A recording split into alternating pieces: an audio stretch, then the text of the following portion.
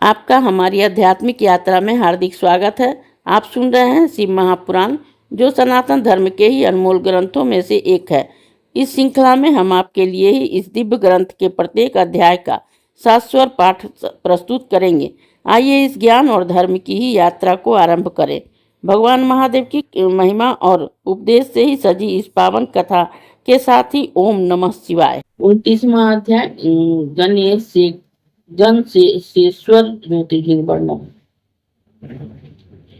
सूत जी बोले कि हे विष्णु, अब मैं ही शिव के गणेश नामक परम श्रेष्ठ ज्योतिर्लिंग को कहता हूँ। ध्यान देकर सुनो। दारुक का नाम की ही एक राक्षसी थी, जो पार्वती से वर पाकर बड़ी अभिमानी हो गई थी। जिसके पति का नाम दारुक था, जो बड़ा ही बलवान था। वह अपने साथ ही अनेक राक्षसों को लिए सज्जनों को भी कष्ट देता हुआ लोक यज्ञों को विध्वंस करते हुए धर्म का सर्वथा ही नाश करने लगा। उसका वन पश्चिम के समुद्र के समीप ही 16 योजन चारों ओर विस्तार वाला था, जिसमें सभी संपत्तियां विद्यमान थी। दारुका आनंद सहित ही उस वन में सबके उपकारार्थ विचरती रहती, क्योंकि देवी ने ही यह वर दारुका को दे दिया था। वह राक्षस अपने पति ही सहित दूसरे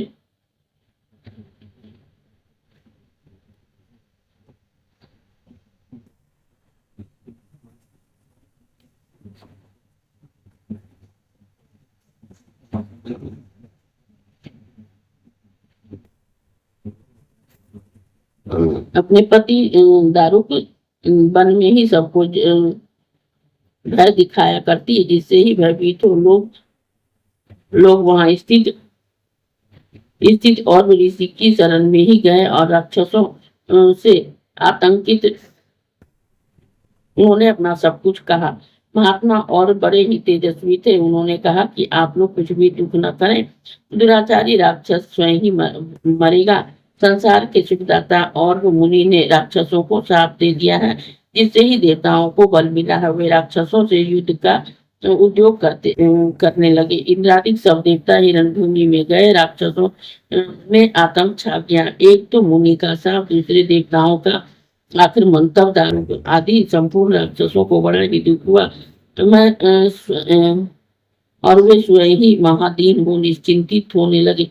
उन्हें कोई उपाय न सूझा। तब उन्हें चिंतित देख दारुका ने ही कहा कि देवी पार्वती द्वारा मुझे इस वन में विचरने का पूरा अधिकार प्राप्त है। मैं यहाँ से वन और जल का पूरा अधिकार रखती हूँ। तब राक्षसों ने के भी जो जी आया, वे बड़े ही हर्षित। तब राक्षसों को जो जी आया तो वे बड़े हर्षित हुए।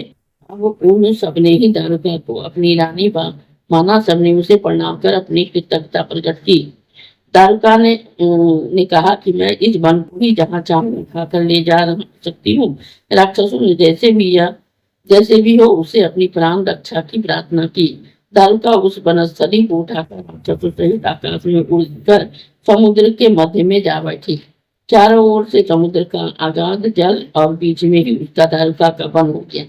जब राक्षस सर्वथा ही रक्षित हो समुद्र के बीच में रहने लगे, कभी कभी नौकाओं में बैठ समुद्र के ही तट पर आ जाते। तब वहां से ही ऋषि और देवतातिक मिलते उनको पकड़कर ले जाते। भवानी के वरदान से अब वे राक्षस वहां रहकर भी मनुष्यों को ही कष्ट देने लगे। राक्षस झुंड के झुंड मनुष्यों को पकड़कर ही लाते और अपने बंदी गृह में बंद कर लेते, जिससे उनसे बड़ा कष्ट हुआ। उन बंदियों में ही सुप्रिय नामक एक वैश्य बड़ा ही शिव भक्त था, जो सर्वथा ही राक्षस रुद्राक्ष का भस्म लगाया करता था। जब तक शिव की पूजा न कर लेता तब तक वह भोजन नहीं करता।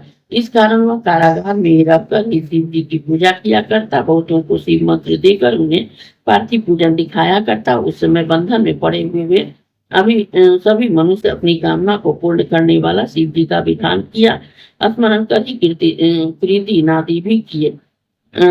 सभी ने नमः शिवाय मंत्र के द्वारा शिव जी का ध्यान किया। सुप्रिय वैश्य तो और भी शिव पूजन में ही संलग्न हुआ। फिर तो उसके प्रेम से शिव जी वहां प्रत्यक्ष हो गए और उनका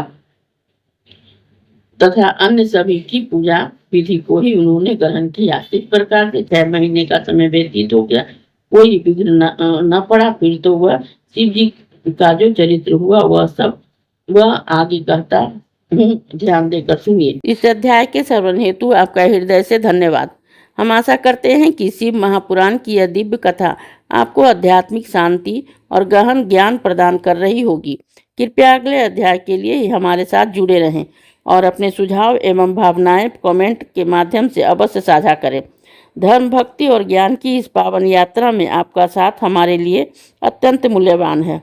ओम नमः शिवाय। यदि यह प्रस्तुति आपको पसंद आई हो, लाइक करें, कमेंट करें, सब्सक्राइब जरूर करें, बेल आइकॉन दबाना ना भूलें ताकि अगला अध्याय आपसे छूटे नहीं।